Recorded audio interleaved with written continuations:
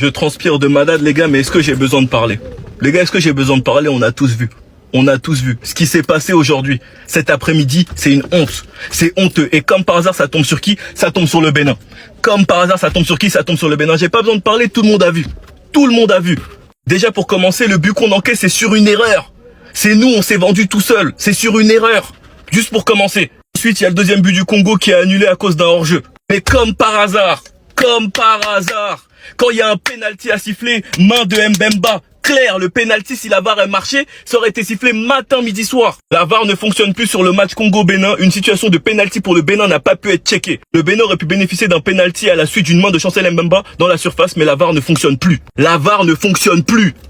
La VAR ne fonctionne plus. Le stade du match, elle parle, les gars. J'ai pas besoin de parler, ça parle, regardez juste. La possession. Il y avait certes un problème de finition, c'est vrai. Mais honnêtement, les gars, on va pas se mentir, pour ce match, on aurait pu mériter mieux. Un but qu'on leur a donné et un penalty non sifflé parce que la VAR ne fonctionnait pas. Et même quand la VAR fonctionnait, il y a un autre penalty qui aurait pu être sifflé, mais la VAR n'est pas intervenue. Enfin bref, sinon vous les gars, vous en pensez quoi? Ramenez-vous sur Snapchat, on s'ennuie, j'ai trop chaud. Les gars, moi je suis de cœur avec vous. Je suis de cœur avec vous, mais là. J'ai comme l'impression que mon espoir a pris un coup, quoi. Mon espoir a pris un vrai coup. Parce que je me demande, le match du Sénégal, là, on veut aller gagner là-bas. Parce que si vous faisiez nul ici, au moins ça allait être mieux avec le Sénégal au cas où il arrivait. Parce que le Sénégal aussi, nous ne sommes pas petits, nous ne sommes pas une petite nation. On peut les battre, mais on fait nul. Mais Sénégal, c'est pas le match du Sénégal, ça sera encore plus dur que ce match-là, que moi j'ai vu. Au moins nul. Là, on va battre le Botswana, il y aura au moins 4 dans des espérer. Mais là maintenant, vous avez pris beaucoup de cartons, vous avez match. Commencez comme ça avec défaite, c'est chaud les gars.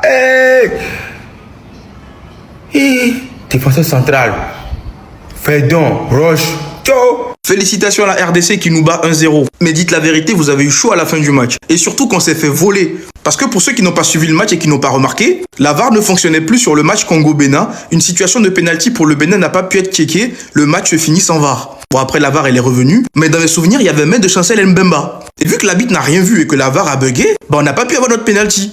Mais sinon, bref, c'est pas grave. Les joueurs du Bénin, la première mi-temps, c'était compliqué pour eux. En même temps, on avait des joueurs très importants qui étaient absents, comme par exemple Steve Mounier. Il a beaucoup manqué en neuf. Son jeu en pivot et sa présence dans la surface auraient pu grave nous faire du bien.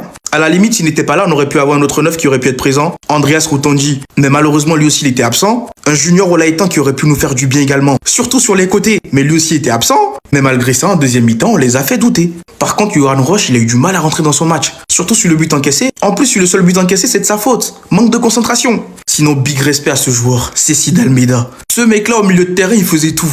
En 6, il fait tout. J'aime trop le voir jouer. En vrai. En vrai, je me demande est-ce qu'il est pas meilleur que Tchouaméni. Mais bref, on a perdu 1-0, ce n'est pas grave. Rendez-vous au prochain match. J'espère qu'on pourra récupérer le maximum de nos titulaires. Et surtout, dites-moi ce que vous avez pensé de ce match-là dans les commentaires. Et pour ne rien louper, abonnez-vous. Les faux pasteurs du Congo ont gagné les marabouts du Bénin. Les marabouts du Bénin, vous valez quoi au juste? Commencez par ranger vos affaires, en même temps vous quittez le pays. Et puis les Béninois qui sont au Maroc là, tout le monde n'a qu'à rentrer. On ne veut même plus la suite du match. Ne jouez même plus le reste du match. Rentrez en même temps.